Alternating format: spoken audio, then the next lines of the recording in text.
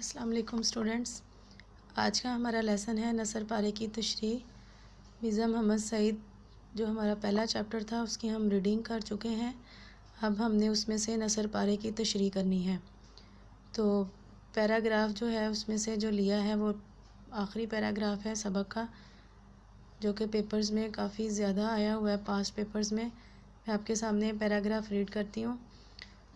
موت برحق ہے، مرنا سب کو ہے، مگر مرنے میں فرق ہوتا ہے۔ مرزا صاحب نے خاصی عمر پائی، مگر ان کی وفات کا صدمہ اس لیے زیادہ ہے کہ ایسے قابل، ایسے شریف اور ایسے وزدار لوگ زمانہ اب پیدا نہیں کرے گا۔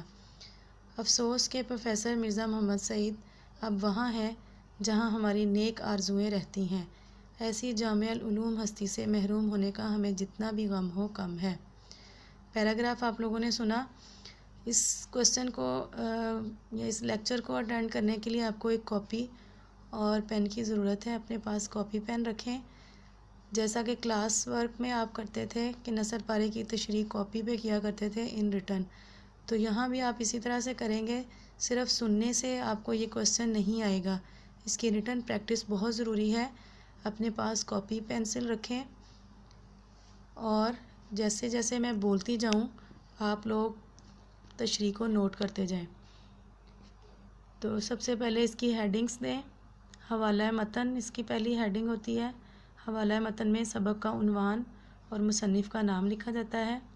سبق کا عنوان مرزا محمد سعید، مصنف کا نام شاہد احمد دہلوی۔ اس کے بعد خط کشیدہ الفاظ کے معنی لکھے جاتے ہیں۔ خط کشیدہ الفاظ 4 اس میں ہیں: برحق، وزدار، آرزوئیں، جامع العلوم۔ ان کے معنی آگے لکھ دیے میں نے۔ برحق کا مطلب حق پر، وزدار رکھ رکھاؤ والا، آرزوئیں خواہشیں، جامع العلوم تمام علوم کا مجموعہ۔ اس کے بعد تشریح کی ہیڈنگ دیں۔ تشریح سٹارٹ کرتے وقت آپ کو پتہ ہے کہ سب سے پہلے ہم پیراگراف کے بارے میں بتاتے ہیں کہ اس پیراگراف سبق کے کس حصے سے لیا گیا ہے۔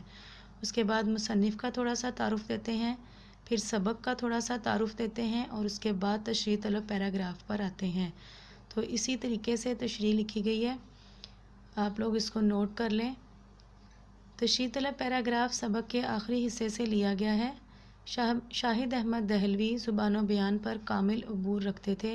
ان کی زبان سادہ اور عام فہم ہے۔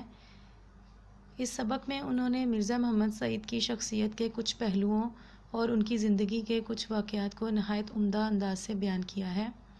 مصنف کہتے ہیں کہ مرزا صاحب نہایت سادہ اور ٹھنڈے مزاج کے انسان تھے۔ شہرت اور دولت کی انہیں کوئی پرواہ نہ تھی۔